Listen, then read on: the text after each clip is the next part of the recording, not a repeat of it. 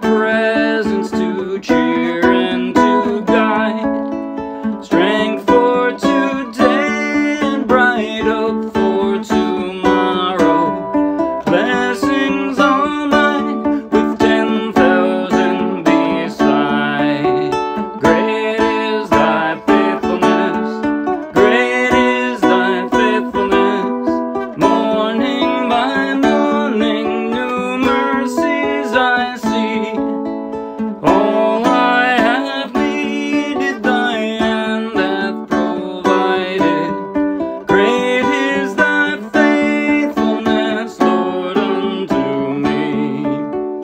Great is thy faithfulness, Lord, unto me.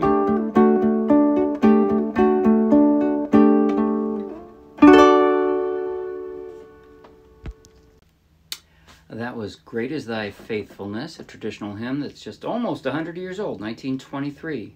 And I played it straight from the charts of the Morristown Uke Jam. So take the link in the video description, download the free ukulele song sheet, grab your own ukulele, and you can play right along with this video. And if you'll be anywhere near Morristown, New Jersey, come out and play with us. Now in just a moment, I'm going to give a tutorial on everything I just played. Everything. And at the very end, I'm going to do a slow motion, close-up play along that you might find helpful. But hey, before I do that, if you like the video, please like the video with a thumbs up. If you want lots more, subscribe to our YouTube channel. It's free, of course. And if you want hundreds more free downloadable ukulele song sheets, each one with a link to its own video tutorial and play along, then check out our Dropbox and then come play with us. Okay, now, I did something a little unusual in this one. Not a little, a lot unusual for me. In this song, I deliberately, in an awful lot of the instrumental part, I didn't play all 4 strings. That was an important part of the reason I decided to pluck, right? I plucked this.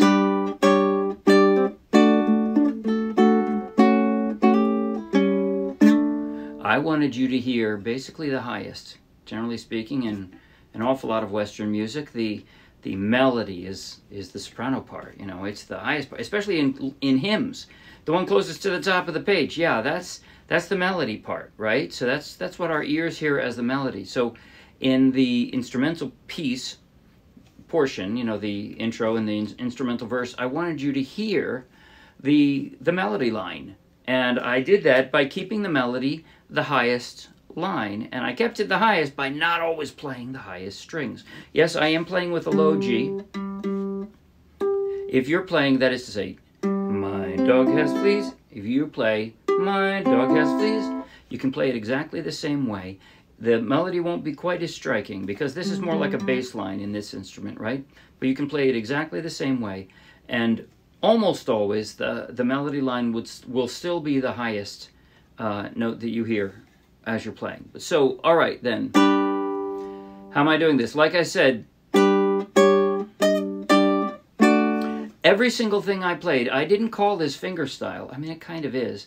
But I made every one a chord, right? Other than a little bit arpeggio in between, which I didn't even play all the same way every time.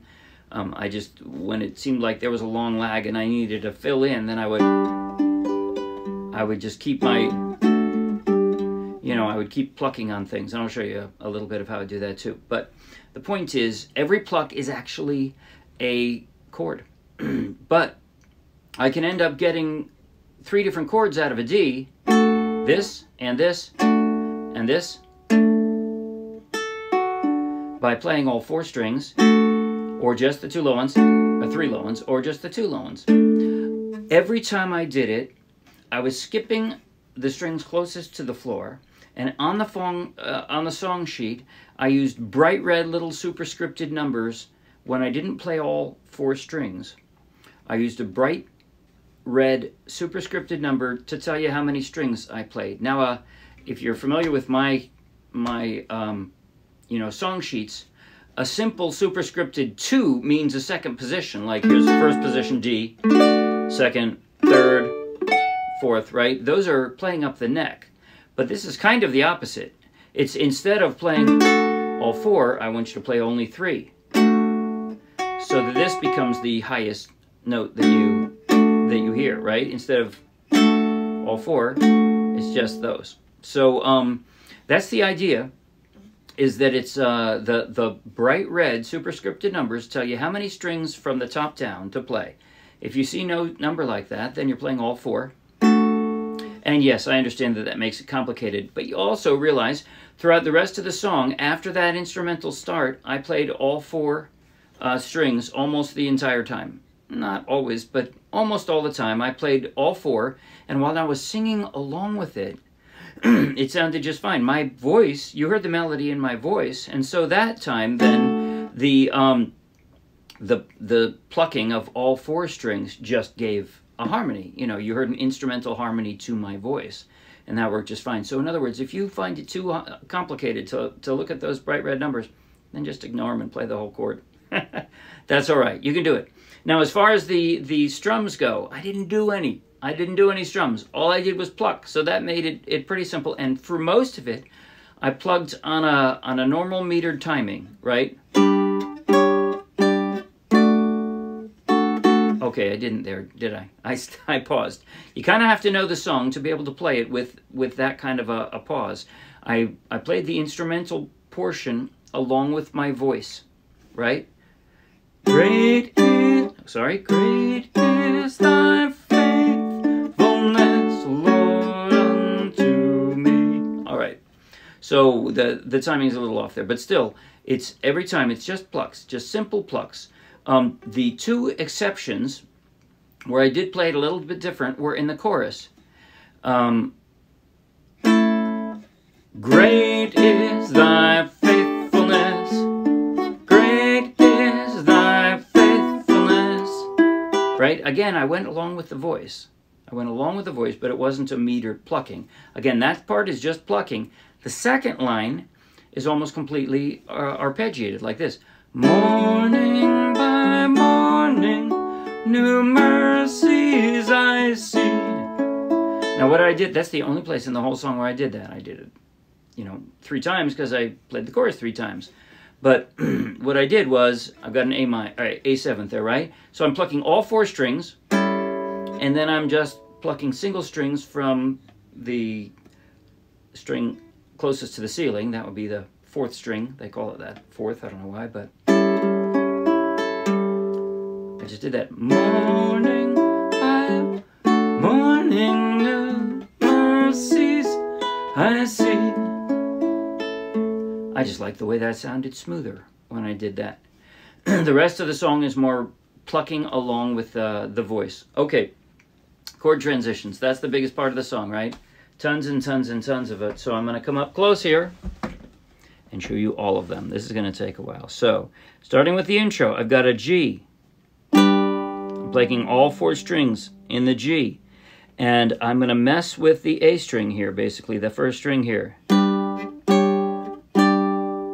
That's it, see? I've got the G, and the next 2 chords, G5 sharp 11, I'm just dropping a pinky, and then I slide the pinky up for a G5.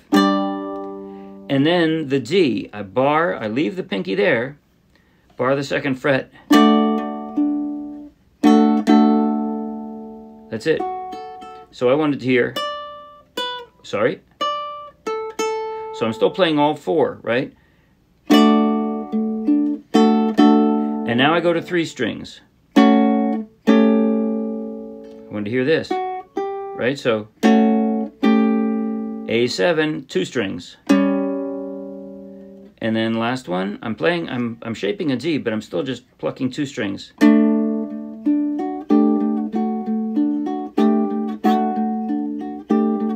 By the way, that end there of that intro, that's also played after each of the choruses, and even when I'm singing, so I reverted to all 4 strings, plucking all 4 strings, that one part I kept with the 3 because I thought it sounded good. And all you have to do is move your ring finger to do that.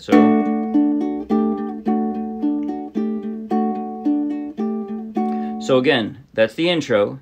I got a G. All I'm doing is dropping my pinky. And then I leave my pinky there, bar the 2nd fret, and then swing my index finger around to form that D. Again, my index finger stays... No, it doesn't. I guess they all 3 pick up at that... Well, All right, I guess my ring finger stays put to switch to an F sharp minor. Now from there to this alternate A7, you could do that, but I wanted to be able to hear, that subtle difference. Sorry, I wanted to hear, and I wanted to drop down. So that meant I needed two different A7s. This is an alternate A7. I know it's a weird looking A7, but that's what that is. From F sharp minor, I just move my ring finger up, and I've got it. And then I pick them both up, and back to the D and the D suspended fourths.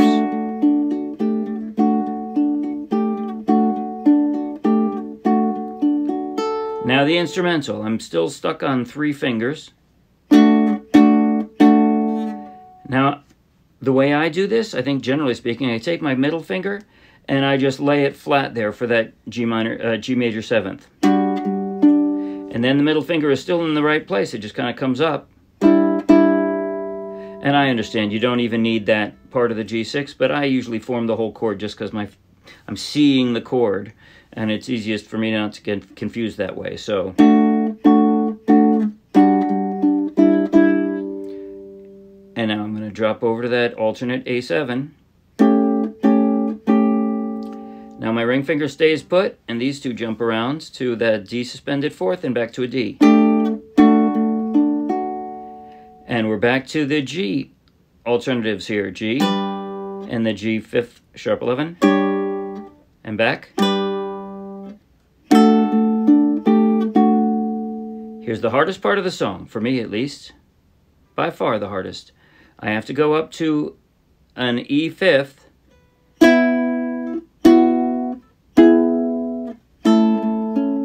The reason that was hard for me is I found I had to consciously arch these 2 fingers to not mess up the 2nd string. I want to hear the 2nd string. And I want to hear it here. And I want to hear it here. So that's the idea. This is the 2nd string is the one that's ringing with the melody.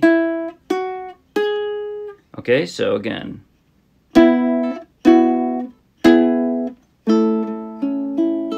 So I started out with my 2 middle fingers here, forming what will become part of the E. But so that way it's my index finger that's only on 1 string first, and then it's covering 2 strings, and then I drop my pinky for the E, and then I'm on the A. And now I'm going high with the 2nd, or with all 4 strings, so again, these are all variations of an A, but so I'm just messing with the A string here. Backed up to that 2nd position D. Again, I'm just messing with the A string. I've got a D, right? So I've got an A, really, and then a D, but I'm doing it with more melody than that, so. Right? Just messing with the A string. I've got a 2nd position D, and I step it down with a D major 7, and then a D 6th, and back to a D. D suspended 4th, and my G variations there.